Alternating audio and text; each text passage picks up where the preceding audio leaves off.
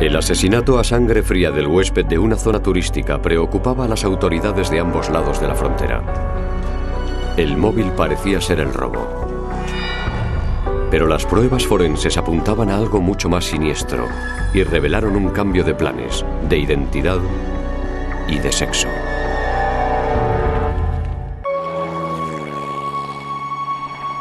Puerto Peñasco, México.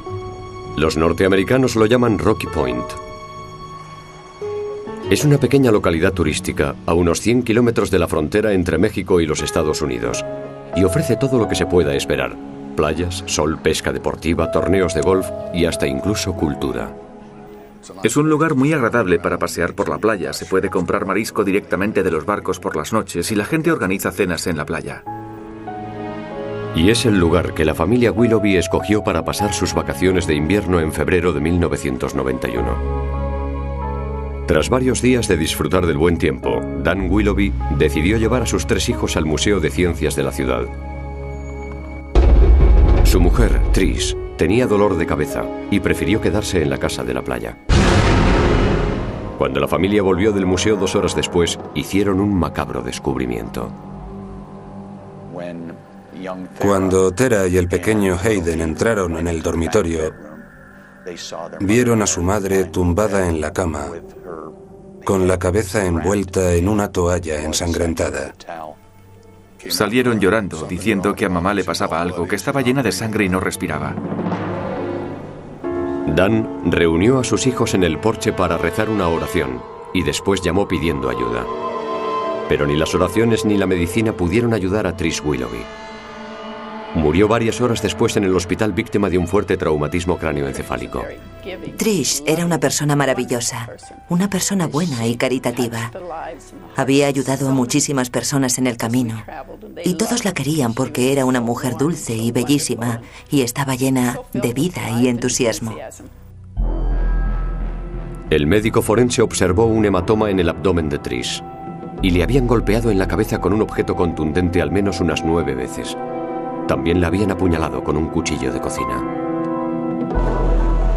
La policía sospechaba que el móvil era el robo. Faltaban $400 de la cartera de Trish. Su alianza y otro anillo de perlas tampoco aparecían por ninguna parte. Pero la policía mexicana no hizo mucho por asegurar el escenario del crimen. Tenían muy poca capacidad de investigación. El departamento de policía ni siquiera podía tomar huellas dactilares. Yo creo que debieron llegar allí. Echaron un vistazo y dieron carpetazo al asunto. Un empleado de la urbanización le dijo a Dan Willoughby que había visto a unos hombres sospechosos merodeando cerca de la casa de la playa de los Willoughby a la misma hora del crimen. Las personas que vivían junto a la urbanización turística vivían en el umbral de la pobreza. El dinero robado y las joyas supondrían el equivalente a 6 meses de sueldo de una familia media. Y la policía mexicana tenía un importante problema. No tenían pruebas forenses con las que poder identificar al culpable.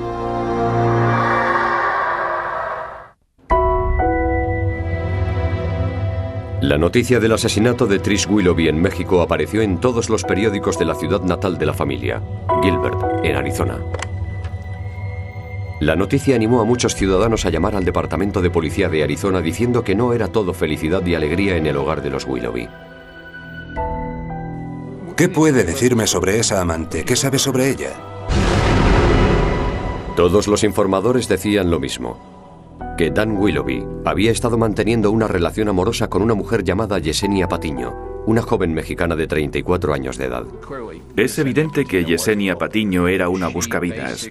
Se dedicaba fundamentalmente a chupar la sangre a los hombres. Podríamos decir que Yesenia era una prostituta a jornada completa, porque ella se enganchaba a un hombre y vivía de él. La policía también averiguó que Trish estaba al corriente de las relaciones de su marido. Entonces Trish fue al apartamento y se enfrentó a Yesenia en la piscina comunitaria del bloque de apartamentos y estuvo dando gritos delante de todos. Cuando la policía interrogó a Yesenia, ella admitió sin reparos la relación. Me dijo que Dan Willoughby le pagaba el alquiler, que le hacía regalos y pagaba sus gastos y joyas y demás cosas. Pero Yesenia decía no tener ninguna relación con el asesinato de Tris y alegaba que ni siquiera estaba en México en esas fechas. Yesenia tenía mucha personalidad. Le gustaba flirtear y en un momento del interrogatorio me dijo: yo sé lo que les gusta a los hombres.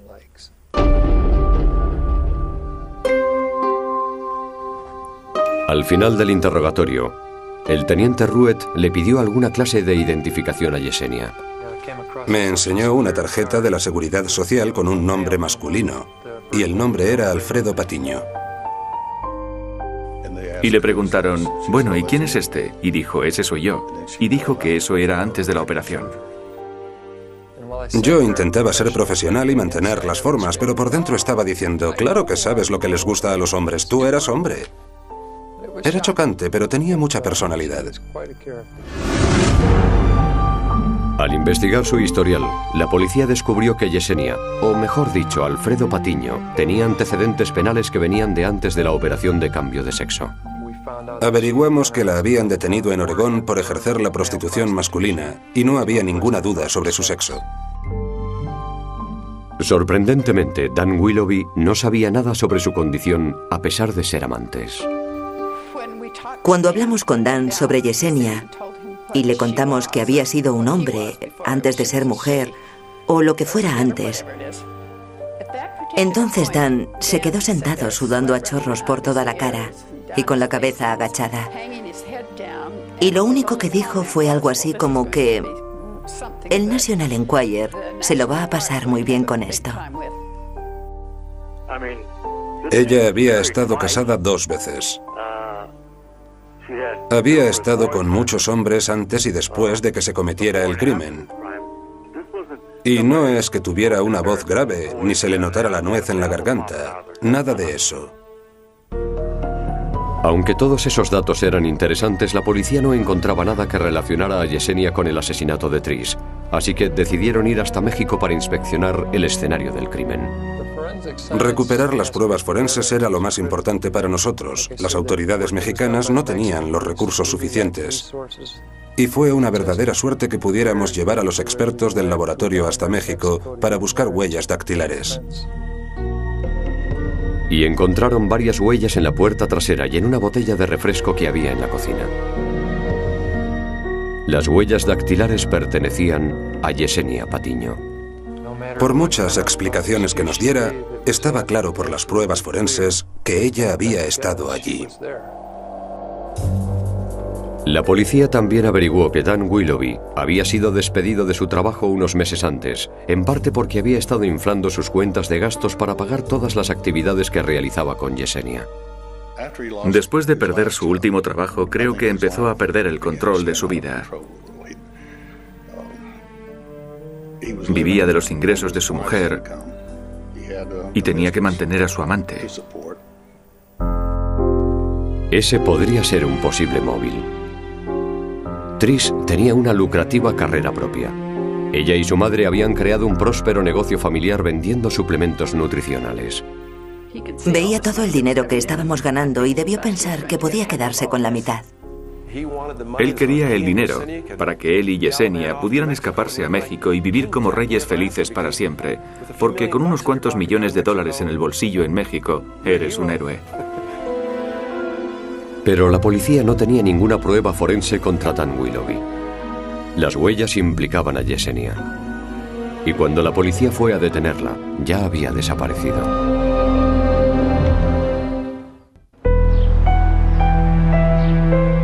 Cuando la policía de Arizona interrogó a los 3 hijos de los Willoughby, contaron una historia muy distinta a la de su padre. La hija mayor, Marsa, de 17 años, decía que cuando dejaron a su madre en la casa de la playa y subieron al coche, su padre dijo que se había olvidado algo y volvió a entrar en la casa solo. Tardó unos 10 minutos.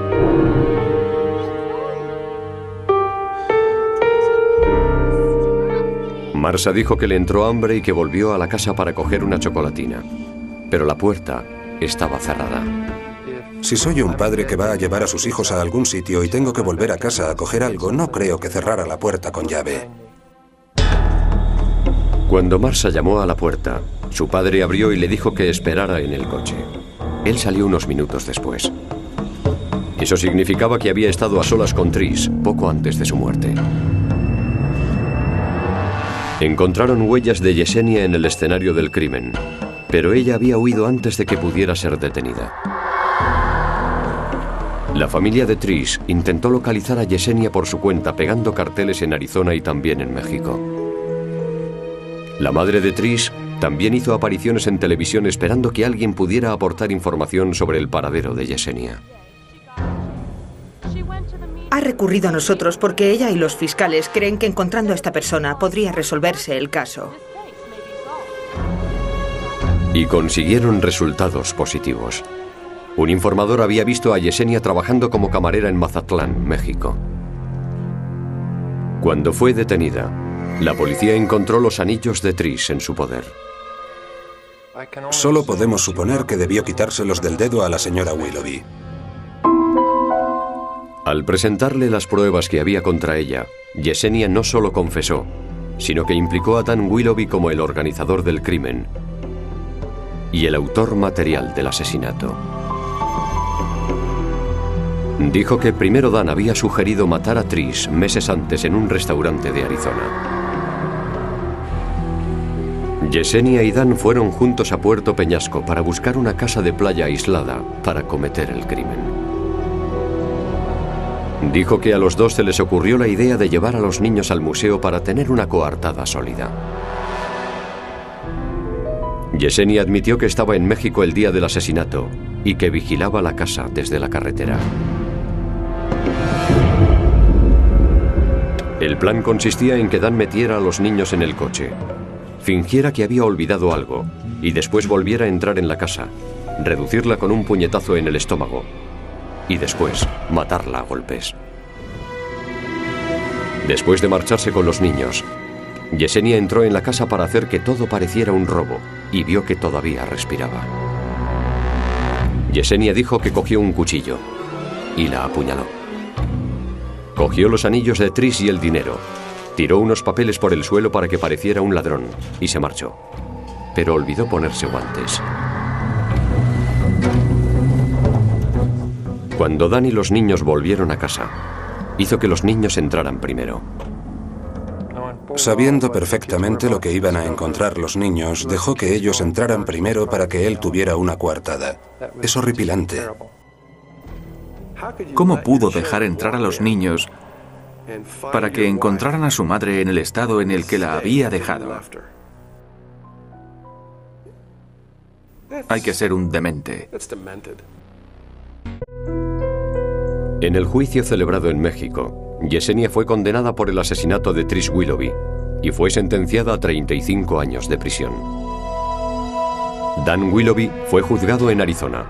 Yesenia fue el testigo principal de la acusación. Lo único que sabían es que habían asesinado a una persona y todo lo demás eran pruebas circunstanciales. Muchos casos de asesinato se juzgan basándose únicamente en pruebas circunstanciales. Yo creo que en este caso las pruebas circunstanciales tenían más peso que en muchos otros casos. Dan Willoughby fue condenado por asesinato en primer grado y conspiración, y fue sentenciado a la pena de muerte. No podía creerlo. Yo tenía fe en el sistema judicial y no podía creer que se pudiera condenar a un inocente de un crimen. Pero la historia no acaba aquí. Pasaron varios años y Yesenia Patiño cambió su versión de los hechos. Antes de que pudiera decir nada, yo la golpeé así. De acuerdo. 6 veces. Los investigadores recurrieron a la ciencia forense para esclarecer la verdad.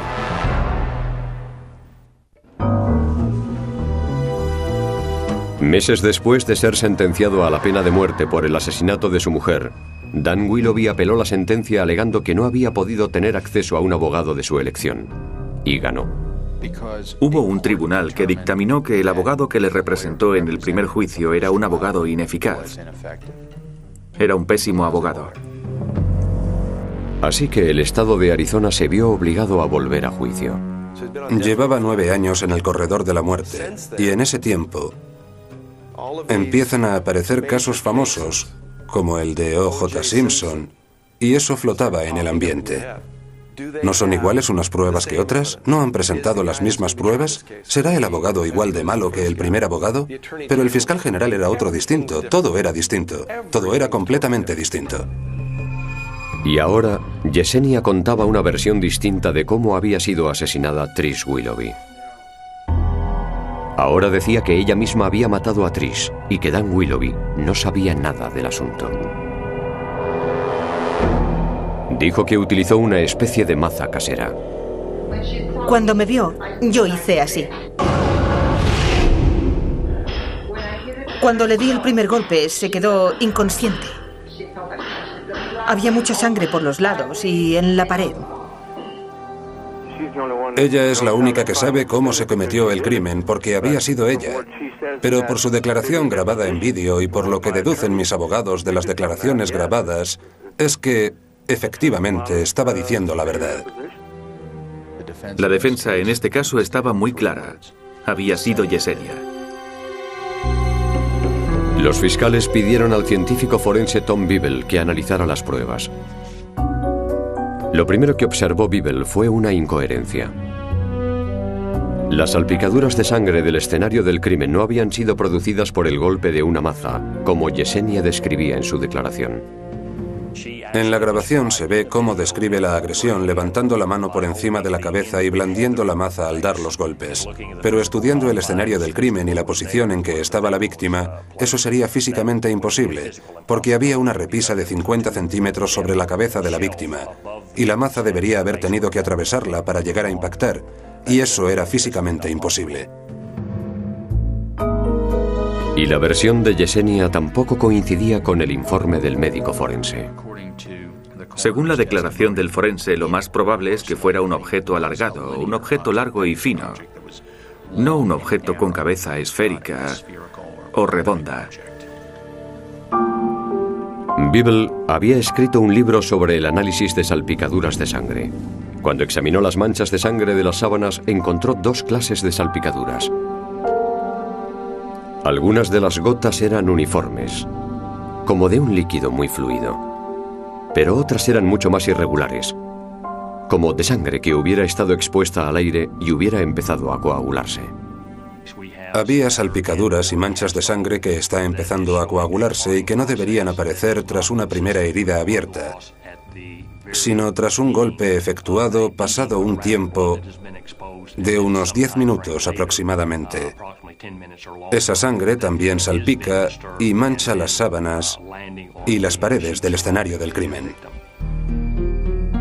Tom Beeble concluyó que Trish Willoughby había sido atacada 2 veces en la casa de la playa con al menos 10 minutos entre uno y otro ataque. Una conclusión que coincidía con la primera declaración de Yesenia. Según la fiscalía, eso demostraba que tanto Dan como Yesenia estaban implicados. No tenía ningún sentido el que una sola persona hubiera producido una herida y hubiera esperado 10 minutos para volver a golpear sobre la herida, produciendo nuevas salpicaduras de sangre coagulada. Y esa probablemente fuera la prueba más importante que teníamos en este caso. Y Marsha Willoughby recordó un dato importante que no había mencionado en el primer juicio. Dijo que cuando su padre abrió la puerta, estaba metiéndose la camisa en los pantalones, y no era la misma camisa que llevaba al entrar en la casa.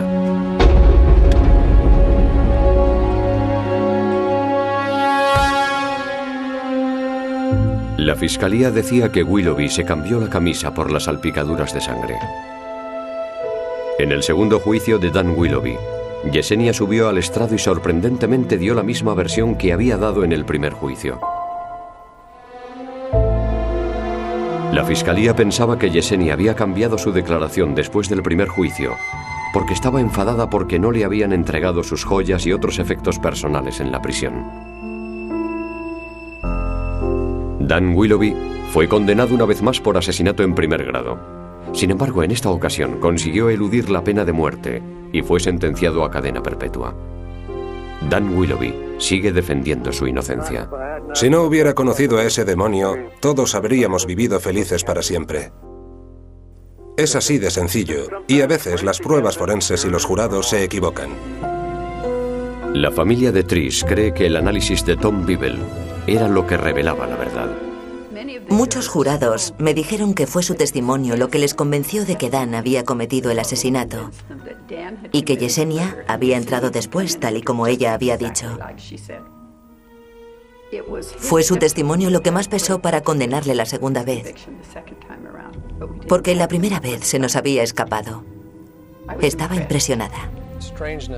Era un caso muy extraño. Era de esos casos en los que la realidad supera a la ficción. Ves un caso de estos y dices, Dios mío, no puede ser.